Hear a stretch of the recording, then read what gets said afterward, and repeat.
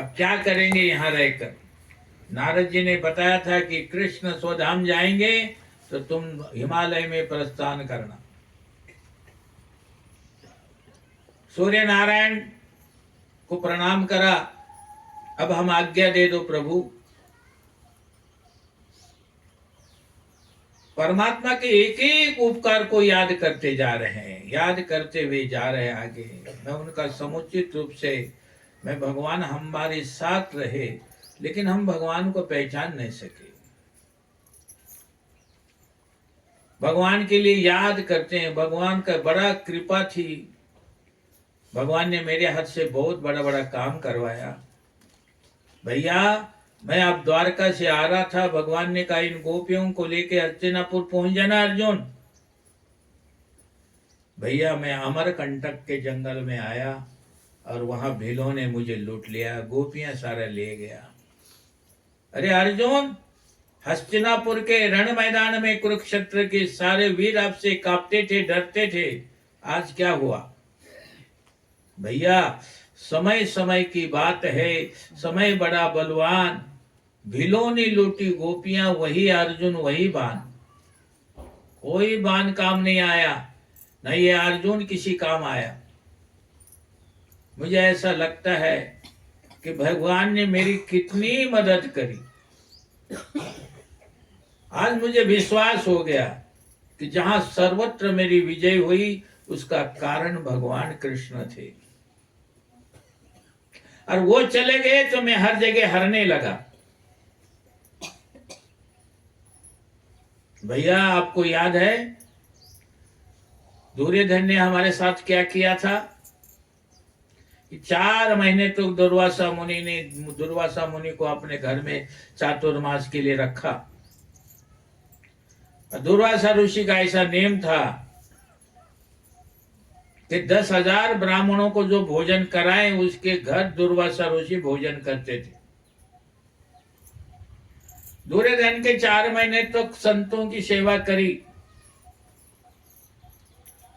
कार्तिक मास के शुक्ल पक्ष में द्वादशी के दिन दुर्वासा ऋषि, दुर्योधन ने कहा दुर्वासा ऋषि को कि आपने 4 महीने हमारे यहाँ रहकर हमारा कल्याण तो किया, लेकिन आखिर मेरे भाई पांडव भी हमारे भाई है, आप उनके पास जाओ और उनका भी कल्याण करो। वो अंदर से छल कपट से भरा हुआ था। सोचा कि ये अभी जाएंगे और उनको दोपहर को देर हो जाएगी। ये पता था दुर्योधन को कि द्रौपदी के पास अक्षय पात्र है। अक्षय पात्र में जब तक द्रौपदी भोजन नहीं करती तब तक चाहे 1000 क्या लाखों लोग भोजन कर सकते। जानकर दुर्योधन ने दोपहर के समय थोड़ा सोच कर, थोड़ा उशीर करून त्यांना पाठवलं, जाओ तुम्ही।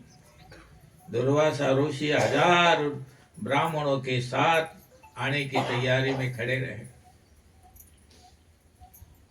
ताकि वहां जाएंगे इनको भोजन नहीं मिलेगा, दुर्वासा ऋषि इनको श्राप देगा और इनका नाश होगा। इसीलिए कहते हैं कि निर्मल मन जन सो मोहि पावा, मोहि कपट छल छिद्र न भावा। भगवान क्या कहते हैं? मुझे निर्मल मन चांगलं लागतं, ज्याच्या मनामध्ये छिद्र है, छल है, कपट है, अहम है, अहंकार है, ते तो मन मला चांगलं लागत नाही। निर्मल मन। दुर्वासा ऋषि आए, जय जयकार हो गई, 1000 ब्राह्मण आ रहे, पूरी दिंडी चालून आली। बाहर नकुल सहदेव इमली के पेड़ के नीचे बैठे हुए थे। युधिष्ठिर और द्रौपदी, भीमसेन, अर्जुन अंदर बैठे। नकुल सहदेव ने दूर से देखा, सबने भोजन करा हुआ था। 5 पांडव, द्रौपदी भी भोजन करके पात्र साफ करके रखा हुआ था, जो सूर्य नारायण ने द्रौपदी को दिया था। महाभारत में वन पर्व में जब ये वन में थे तब सूर्य नारायण ने प्रकट होकर उनको द्रौपदी का आशीर्वाद के रूप में अक्षय पात्र दिया था। सब भोजन करके आराम से बैठे हुए थे। और नकुल सहदेव ने दूर से देखा दुर्वासा ऋषि आ रहे हैं, दौड़ते आए, भैया भैया भैया। बोले हाँ, दुर्वासा ऋषि आए, उनके साथ 1000 ब्राह्मण है। अर्जुन बाहर आके देखा, अर्जुन चिंतित हो गया, भीम चिंतित हो गया, और युधिष्ठिर चिंतित नहीं हुए, द्रौपदी चिंतित हुई, युधिष्ठिर नहीं चिंतित हुए। युधिष्ठिर ने पूछा, आखिर झालं काय, तुमच्या तोंडावर काय झालं, कशाची काळजी, काय झालं? बोले ते ऋषी आले, मग येऊ द्या ना, ऋषी आले, ब्राह्मण आले, त्यांचे दर्शन करो, येऊ द्या त्यांना। बोले नहीं नहीं नहीं भैया, वो तो है, लेकिन द्रौपदी तो भोजन कर चुकी और भोजन का समय में आ रहे हैं। इतनी बातें हो रही थी, उतने में आ गए दुर्वासा ऋषि। सबने प्रणाम करा दुर्वासा ऋषि को। दुर्वासा ऋषि ने कल्याणमस्तु कल्याणमस्तु। हाँ, अरे युधिष्ठिर। बोले हाँ महाराज, अरे भूख लगी है हमको बहुत, मेरे साथ ही 1000 ब्राह्मण आए हैं, इनको भोजन की व्यवस्था तो करो। हाँ महाराज, अभी हो जाएगी। भीम कहता काय हो जाएगी, कुठून आणणार यांना? सगळे चिंतित। द्रौपदी आत गेली और ठाकुर जी का कोई स्वरूप होगा, त्या स्वरूपच्या पुढं जाऊन रडायला लागली। हाँ, इतनी रोने लगी, इतनी रोने लगी। कृष्णा, अब कितनी परीक्षा करोगे हमारी? मैं भोजन कर चुकी हूँ, अक्षय पात्र में कुछ नहीं है।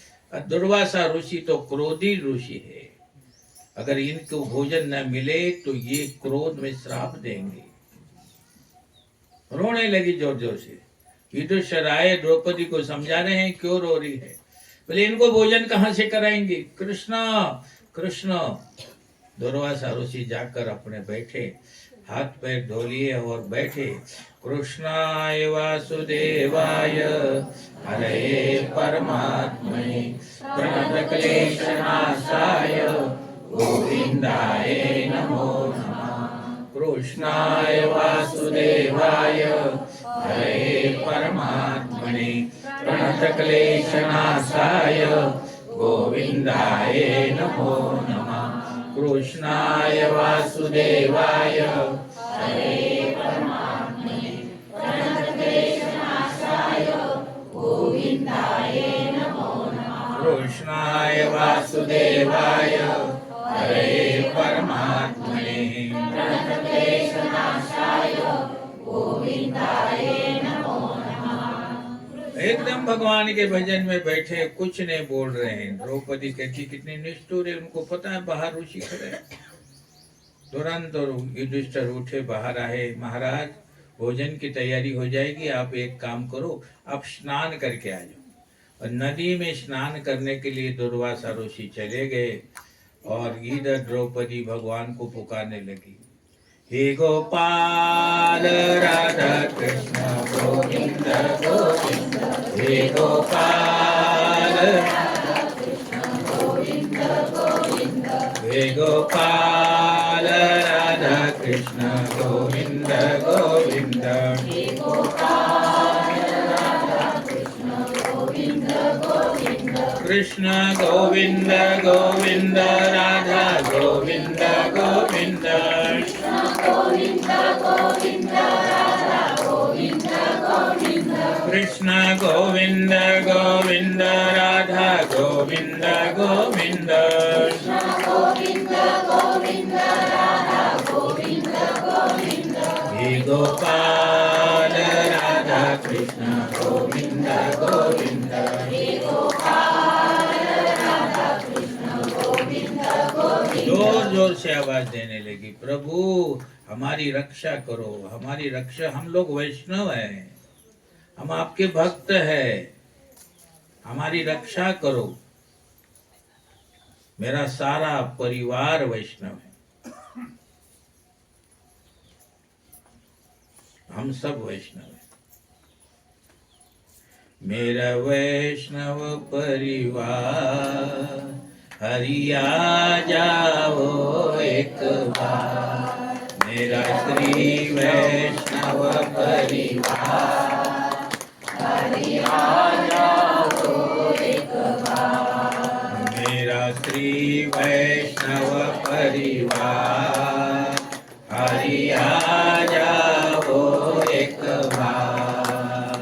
मेरा श्री वैष्णव परिवार, हरि आ जाओ एक बार। हरि आ जाओ, हरि आ जाओ, हरि आ जाओ, हरि आ जाओ, हरि आ जाओ, हरि आ जाओ, हरि आ जाओ, हरि आ जाओ। मेरा श्री वैष्णव परिवार, हरि आ जाओ एक बार। मेरा श्री वैष्णव परिवार, हरि आ जाओ एक बार। हरि आ जाओ एक बार। हरि आ जाओ एक बार। भगवान की कृपा हुई है। युधिष्ठिर के पास कुछ भी नहीं है, द्रौपदी के पास भी कुछ नहीं, लेकिन भीमसेन को आज्ञा देते, भीमसेन जाओ ऋषियों को बुलाओ। भीमसेन दौड़ते गए, बड़े भैया की आज्ञा हुई और दौड़ते गए। आइए महाराज आइए, भोजन तैयार है। चलो, कुछ भी भोजन तैयार नहीं, लेकिन आओ। अब ऋषि जैसे नहाने के बाद नदी से बाहर निकलने लगे तो सगळ्यांचं पोट भरलं। अंघोल करते करते ही पेट भर गया, पेट के ऊपर हाथ ले गए और क्या करने लगे, डकार देकर, मराठी में देकर दया लागले महाराज। अब दुर्वासा ऋषि सोचता है पेट में इतनी भी जगह नहीं है रखने की, और हमने निमंत्रण स्वीकार दिया है, उन्होंने हमें भोजन के लिए बोला है, और वो हमने स्वीकार भी कर दिया है, उन्होंने भी स्वीकार करा। और द्रौपदी जैसी पतिव्रता नारी, अहिल्या द्रौपदी सीतारमा मंदोदरी तथा पंचकम, यहाँ स्मरण नित्यम महापातकम नाशनम। द्रौपदी पतिव्रता नारी अगर भोजन करने नहीं जाए तो श्राप देगी। तुम भोजन मांगने आए थे, मैं बांटने के लिए खड़ी नहीं हुई थी, अब तुमने भोजन मांगा है तो भोजन करना पड़ेगा, ऐसी बोलेगी। अब सब भीमसेन को कहने लगे, अरे भीमसेन हमारा तो पेट भर गया, अब पेट में तो जगह नहीं, हम जा रहे हैं, अब हम नहीं आएंगे। बोले ना, देखो कि दुर्वासा ऋषीने विचार कर जायला पाहिजे। दुर्वासा ऋषि 1000 ब्राह्मणों को लेके पांडवों के कुटिया के पास पहुंचे। जैसे कुटिया के पास पहुंचे तो भगवान ने देखा कि दुर्वासा ऋषि नहा धो के आने वाले हैं। भगवान एकदम अंतर प्रकट हो गए, शांत एकदम उसके आगे प्रकट हो गए। दरवाजा खटखटाया, अंदर कुंडी कड़ी लावन द्रौपदी अंदर बसली होती, रो रही थी। द्रौपदी रो रही थी, कृष्णा कृष्णा कृष्णा कृष्णा। कुंडा खड़खड़ाया, द्रौपदी द्रौपदी, आवाज द्रौपदी ने भगवान की पहचान ली, मेरा कृष्ण आ गया। एकदम कड़ी खोली, रोने लगी रोने लगी रोने लगी। कृष्ण ने कहा, क्या हो गया, तू रोती जा रही है, मेरे को भूख लगी, पहले जेवायला दे। आता ही पहा परीक्षा। इकडे दुर्वासा ऋषी 1000 ब्राह्मणों को लेकर आए, त्यांची व्यवस्था नाही, तू मला जेवायला दे। ती आणखी रडायला लागली, जेवण मागितलं म्हणजे जेवायला काय हाईच नाही। ते अक्षय पात्र मध्ये भी काही नहीं राहिलो, कुछ नहीं बचा। भगवान ने कहा, तेरे को अक्षय पात्र सूर्य नारायण ने दिया है, वो अक्षय पात्र में मेरे लिए कुछ होगा, दे दे, निकाल। वो रोने लगे, कहने उल्टा करके रखा है धोखे मांझ कर, कहने का दिखाओ मुझे। जब भगवान ने अक्षय पात्र हाथ में लिया तो उसमें बारीक छोटा सा एक भाजी का पत्ता चिपका हुआ था, और भगवान ने हाथ से लिया और अपने मुंह में डाल दिया। जैसे ही मुख में डाला, पूर्णमदा पूर्णमिदम पूर्णात् पूर्णमुदच्यते पूर्णस्य पूर्णमादाय पूर्णमेवावशिष्यते। तो पूर्ण परमात्मा ने वो पत्ता खाया तो इधर सारे संसार में परिपूर्ण, सब जगह। दुर्वासा ऋषि भीम को पूछते हैं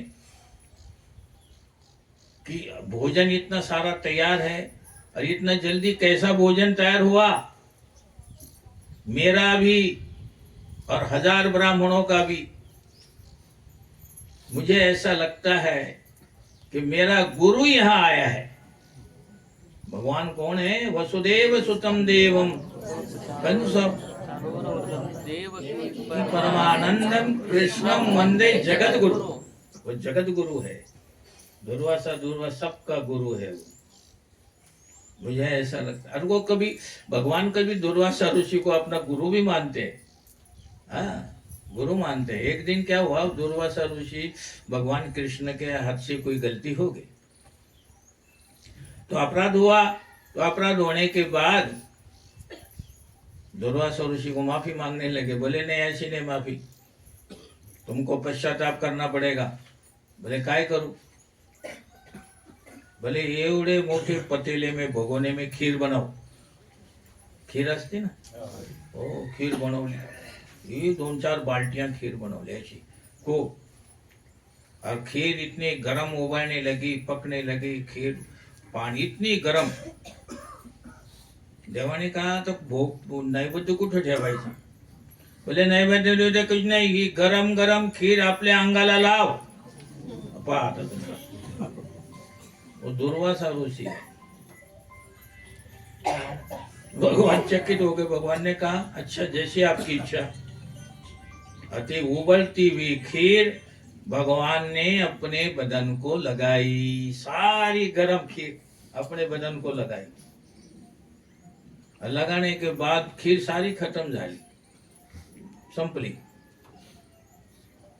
फिर दुर्वासा ऋषी उभे राहिले, कहने लगे अरे कृष्ण, तूने एक चूक केली।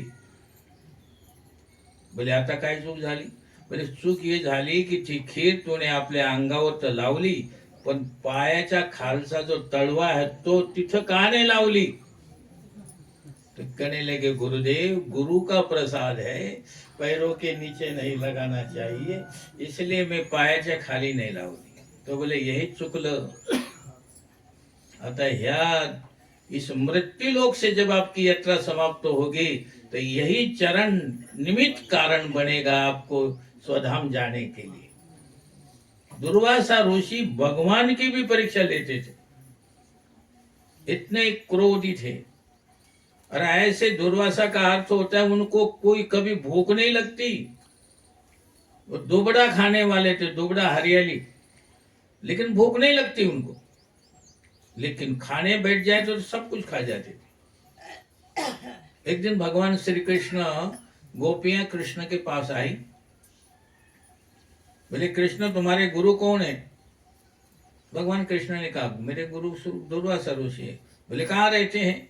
बोले जमुना के पलीकडं। सगळ्या गोपियों विचार करा की यांच्या गुरुला भोजन करायला पाहिजे। सब तयार झाले। तो बोले भोजन करा नाही। अरे रहने दो, त्या गुरुच्या जवळ नका जाऊ तुम्ही, ते फार क्रोधी आहे। बोले नाही, आम्हाला त्यांना भोजन करवायचे। मराठी शब्द थोड़ी गड़बड़ है। हमको उसको भोजन कराना है किसी हालत में। देवाने सांगितलं, कृष्णाने सांगितलं जा मग करवा, जा करो। गेले तो नदीला पाणी। कृष्ण पीछे पीछे गया नदी के किनारे तक। यमुना में इतना पानी, आता पलीकडे कसं जायचं? कृष्ण, अरे यमुना में तो इतना पानी है, अब हम पलीकडे कैसे जाएंगे परले किनारे पर? बोले यमुना मैया को कहो कि अगर हमारे श्री कृष्ण बाल ब्रह्मचारी है तो हमें रास्ता दो। सगळ्या गोपी हसायला लागले। 1008 राणियों के पति बनते हो, कधी काय बनते हो, का तो ब्रह्मचारी कुठून राहिले तुम्ही? बोले मग ती यमुना तुम्हाला रास्ता नहीं देणार। तो सब गोपियों ने कहा कि अगर कृष्ण बाल ब्रह्मचारी है तो आम्हाला रास्ता द्या। तो यमुना ने एकदम रास्ता दिला हो। इकडचं पाणी इकडे, इकडचं पाणी इकडे, मधून रस्ता जा. गेले त्या. तिथे गेल्यानंतर तिकडून पण पाणी पण चालू झालं. मग तिथं दुर्वासा ऋषी बसले होते. त्यांना प्रणाम केला. महाराज भोजन करो. बोले अच्छा ले आओ. तो भोजन काय, कोणी थाळी भरून एकीची थाळी एक किती गोपियां भोजन घेऊन गेले. सगळं दुर्वासा ऋषीच्या पुढे ठेवलं आणि त्यांनी सगळं खाऊन टाकलं. सगळं खाल्ल्यानंतर त्या यमुनाला तिकडून तर कृष्णाने रास्ता दिला, आता इकडून कोण रास्ता देणार. ते दुर्वासा ऋषीला गोपियां म्हणायला लागली, महाराज उधर से आते टाइम तक कृष्णा ने हमको रास्ता बताया, अब तुम बताओ. बोले हाँ रास्ता एक ही है. यमुना मैया को बोलो कि अगर दुर्वासा ऋषि निराहार है तो रास्ता दिया. आता कौन निराहार है? सगळं तर खाऊन बसला. इतना खाया और फिर निराहार कैसा? बोले ये कृष्ण भी झूठे, यमुना भी झूठी और इनके गुरु भी झूठे. लेकिन फिर भी गोपियां अटक गई. फिर गोपियों ने यमुना मैया से प्रार्थना करी कि दुर्वासा ऋषि निराहार है तो रास्ता दो. यमुना ने रास्ता दे दिया. मैं दुर्वासा ऋषि की बात कर रहा था. दुर्वासा ऋषि क्रोधी स्वभाव के थे. दुर्वासा ऋषि जब पहुंचे तो पांडवों ने, युधिष्ठिर ने कहा महाराज भोजन. बोले भोजन पेट भर गया, हम ही माफी चाहते हैं द्रौपदी, हमारा पेट भर गया और हमने, लेकिन ये बताओ कि यहाँ कौन आल. बोले कृष्ण. बोले कृष्णम वंदे जगत गुरु. जगत गुरु है मेरा, मेरा भी गुरु है. फिर उसके बाद दुर्वासा ऋषि ने कहा जो छल कपट तुम्हारे साथ दुर्योधन ने करा उसको फल तर नाही. सेवा तो दुर्योधनने चातुर्मास में केली, लेकिन फल तुम्हाला देणार. कोणी सांगितलं? दुर्वासा ऋषीने. तो दुर्वासा ऋषि ने पांडवों को आशीर्वाद दिए. 4 महीने तक कहने लगे मैंने अन्न नहीं खाया क्योंकि मैंने एक पतिव्रता नारी का अपराध किया है. निमंत्रण देने के बाद उसके निमंत्रण को मैंने स्वीकारा नहीं. मैं 4 महीने तक अन्न नहीं खाऊंगा. मेरा कहने का आपको मतलब है कि संसार के अंदर, उसके बाद ही पांडवों ने सोचा कि अभी भगवान सुदाम चले गए हैं, हिमालय में जाना चाहिए. फिर ये 5 पांडव हिमालय में प्रस्थान कर गए. परीक्षित को सारा समझा बुझा कर चले गए.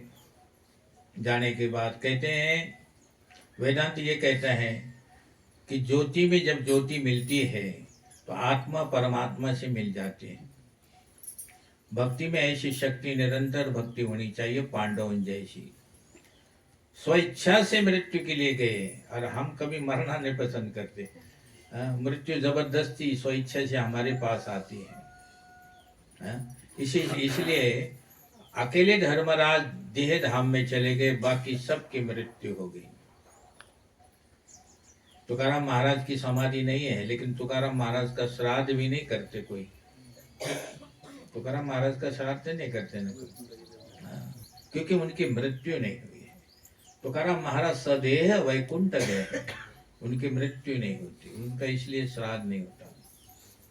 मेरा कहने का आपको मतलब ये कि जो शरीर छोड़ता है उसका श्राद्ध होता है. भगवान की भक्ति करते करते चले गए तुकाराम महाराज. भगवान की भक्ति करते करते चले गए मीराबाई. भगवान की भक्ति करते करते गए चैतन्य मुनि. चैतन्य, ये 3 ऐसे संत हो गए कि उनके शरीर का कहीं आता पता नहीं है. पांडव भगवान के धाम को चले गए सारे. पांडवों के मरण की ये कथा नहीं है, ये उनकी प्रयाण की कथा है. मरण और प्रयाण में थोड़ा फर्क होता है.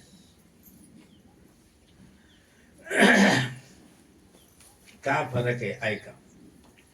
स्नान नहीं, संध्या नहीं, अपवित्र अवस्था में हाय हाय करके जो प्राण छोड़ता है उसको मरण बोलते हैं.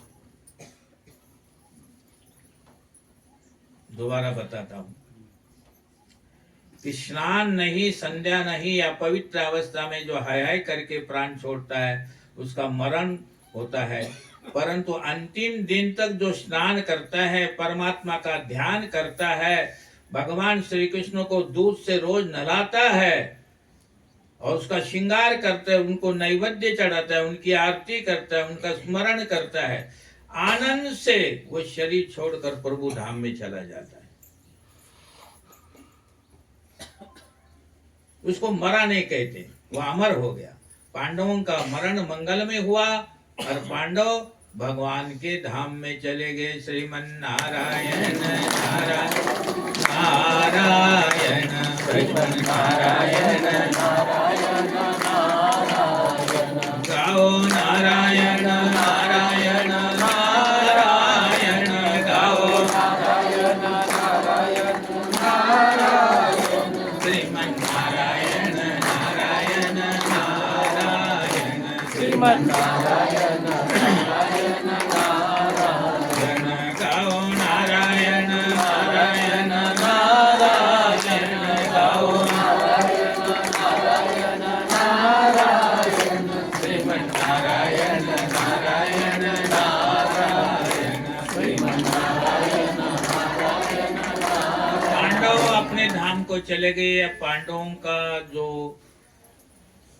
पीछे पौत्र था परीक्षित राजा राज्य करने लगा और उन्होंने सुना कि मेरे राज्य में कलयुग का प्रवेश हुआ। तब उन्होंने कली को सजा देने की निर्णय ले लिया। पांडव कली के प्रवेश की बात सुनकर हिमालय को चले गए थे। पांडव कलयुग से डर गए थे।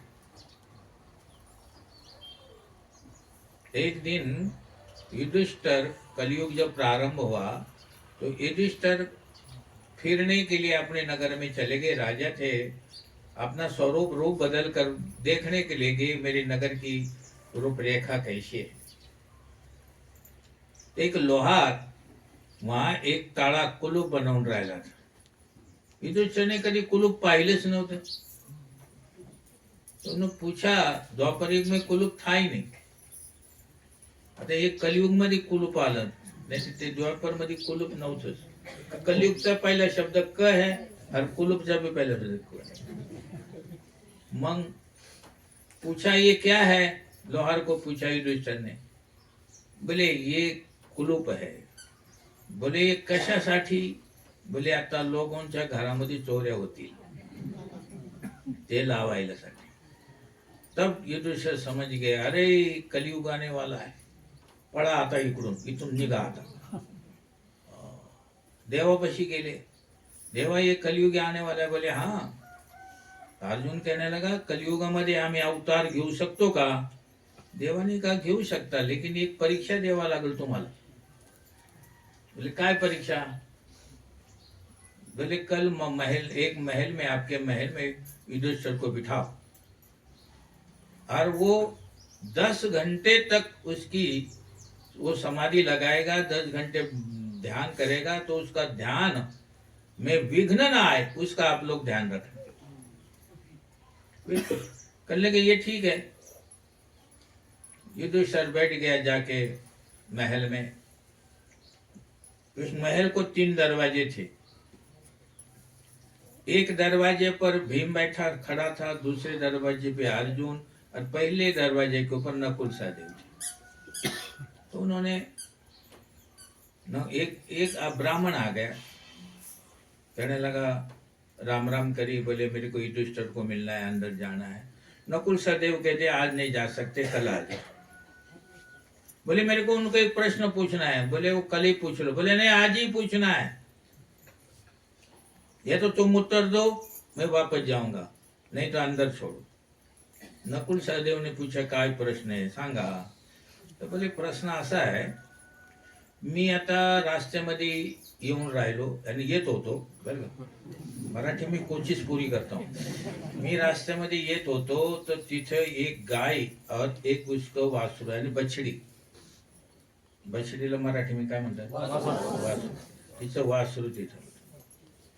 तर ती गाय काय करीत होती, वासराने गायीचं दूध प्यायला पाहिजे, लेकिन ती गाय वासराचं दूध पिऊन राहिली होती। ते मी पाहिलं। तर ते पाहिल्यानंतर माझ्या मनामध्ये शंका झाली, तर याचं उत्तर तो धर्मराजच देणार, म्हणून मी इकडे आलो। असं का? अब नकुल सहदेव की बुद्धि खराब हो गई। नहीं, ये तो मला हमको भी मालूम नहीं। तो ब्राह्मण से झूठ भी नहीं बोल सकते थे। द्वापर युग में। तो अब कैसे करायचं आता? फिर नकुल सहदेव हरले, ते कहने लगे जाओ मग आतमध्ये। गेले तो अर्जुन, भीम उभा था, अब अपना अर्जुन उभा था। अर्जुन ने कहा रुक जाओ, कहाँ जा रहे हो? बोले धर्मराज से एक प्रश्न विचारायचा। जो प्रश्न काय विचारायचं मला विचारा। अर्जुन म्हणाला तुम्ही सांगा उत्तर। बोले काय? बोले मी आता रस्त्यामध्ये येत होतो, तर रस्त्यामध्ये 10-12 पाण्याचे घडे यानी कि मटके, मराठी में हंडे, 10-12 हंडे पाण्याचे भरले होते। त्याच्यामध्ये एक नारीने एक हंडा खाली केला, 9 हंडे भरून राहिले, 10 मध्ये एक खाली केला, तर एक खाली झाला ना। तर त्या खाली हंड्याला भरण्यासाठी 9 हंडे त्याच्यामध्ये घातले, पण तो खाली हंडा भरलाच नाही। असं का? तब अर्जुन भी कहने लगा बाण चलाने में ले तो मैं चतुर हूं, लेकिन आता त्या प्रश्नामध्ये मी भी हारलो। मग आता करायचे काय? जा आतमध्ये। गेला तो आतमध्ये। आता भीम गदा लेके फिर रहा था, रुक जाओ। भीम जरा मोटे बुद्धि का आदमी था, रुक जाओ।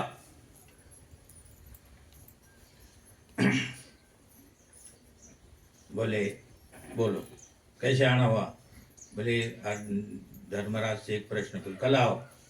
बोले ने आज ही पूछना है। काय प्रश्न आहे सांगा मला, मी उत्तर देतो। बोले मी आता येत होतो बरं का, तो रस्त्यामध्ये मी काय पाहिलं की इकडं भी डोंगर आणि इकडं भी डोंगर।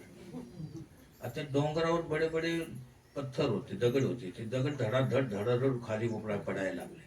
मग एक आदमी गेला आणि ती कपडे शिवायची जी सूत असतं, त्याला काय सूत म्हणतात, दोरा, तो दोरा घेतला, त्या दोऱ्याने त्याने मोठे मोठे दगड बांधून वरून वर वर घेऊन गेला आणि त्याला दोऱ्याचे दगडाला दोरा बांधून ते वर ओढायला लागला।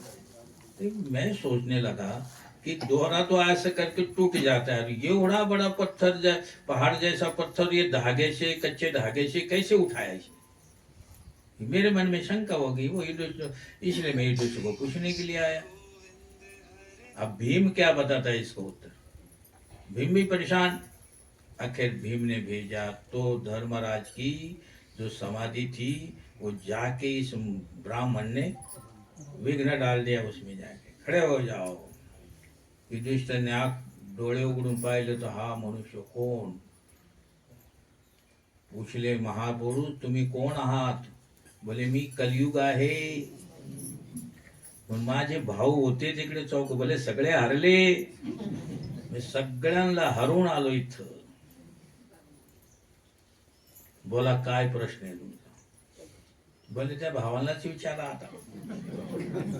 सगळे भाऊ नकुल, सहदेव, अर्जुन, भीम सारे इकट्ठे हो गए। युधिष्ठिर ने कहा कि तुमको बोला था कि इनको आने अंदर मत आने देना, तुमने कैसे आने दिया? नकुल सहदेव को पहला पूछा तुमने कैसे आने दिया? बोले भैया प्रश्न ही ऐसा पूछा कि उसका उत्तर ही नहीं दे सके हम। क्या प्रश्न पूछा? बोले वास्तु गाय की बछड़ी का दूध गाय पी रही है, ऐसा कभी हो सकता है क्या? तभी युधिष्ठिर ने कहा, भगवान श्री कृष्ण वहां खड़े हो गए। कृष्ण ने कहा ऐसा हो सकता है कलयुग में। तो तुम्ही निर्णय घ्यायचा बरं का, कलयुग में ऐसा हो सकता है। बोले कसं? बोले द्वापर युग में एका घरामध्ये 10 माणसं आहेत, परिवार है, कुटुंब है, एक माणूस कमायला कमवण्यासाठी घराच्या बाहेर जातो, ठीक आहे ना, सगळ्यांचं पोट भरतो, सगळ्या परिवारचा खर्च चालवतो। लेकिन कलियुग मध्ये जेवढी माणसं असतील तेवढी बाहेर कमवण्यासाठी जाणार, तो भी घर का खर्चा पूरा होणार नाही। श्रीमन्नारायण।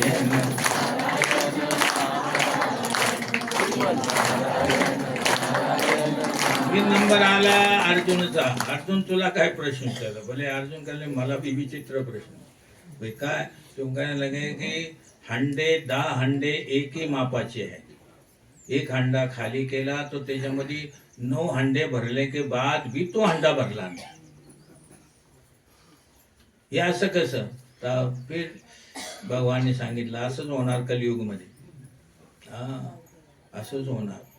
मैं आपको पहले जरा बोलने में थोड़ी गलती कर गया. जो बछड़ी की बात सुना रहा था, गाय और बछड़ी की. गाय और बछड़ी की बात यह है कि कलयुग में लोग अपनी बेटी की कमाई खाएंगे.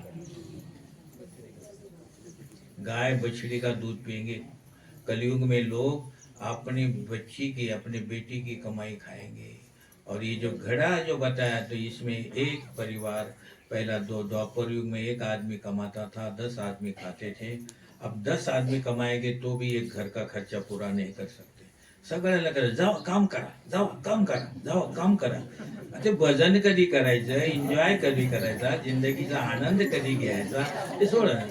जा तिकडे काम करा, जा तिकडे काम करा, जा पुण्याला, जा मुंबईला. बस 4 पोरं, 4 की 4 पुण्याला. तुमच्यापेक्षा कोण आहे आता? देवापाशी संबंध बी नाही ठेवला तर मान लो मुलं ना हो तो देव लवकर येईल. देवापाशी मी संबंध बी नाही आमचा. पोरं बी बाहेर, सगळेच बाहेर. ठंडन गोपाल, बस काय. ऐसा कलियुग है. फिर जब भीमाला विचारलं तुला काय प्रश्न पूछा, भीमाने सांगितलं मला भी असा विचित्र प्रश्न पूछा. देवा काय सांगायचं? तो कहता है सूतस्थ सूत, ते धागेचं. ते धागा जे ने धागे ने उसने बड़े बड़े पर्वत आकार पत्थर को उठा उठा के ऊपर रख दिए उसने. असं कधी हो सकता है का? तो देवाने सांगा कलयुग मध्ये असं भी होणार आहे. कलयुग केवल नाम आधारा, कलयुग सुमीर सुमीर नर उतरहि पारा, सुमीर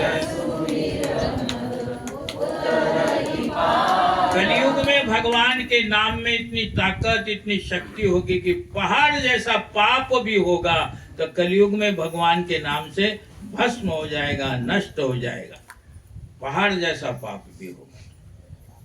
इसलिए कलयुग में भगवान के नाम की इतना महत्व है.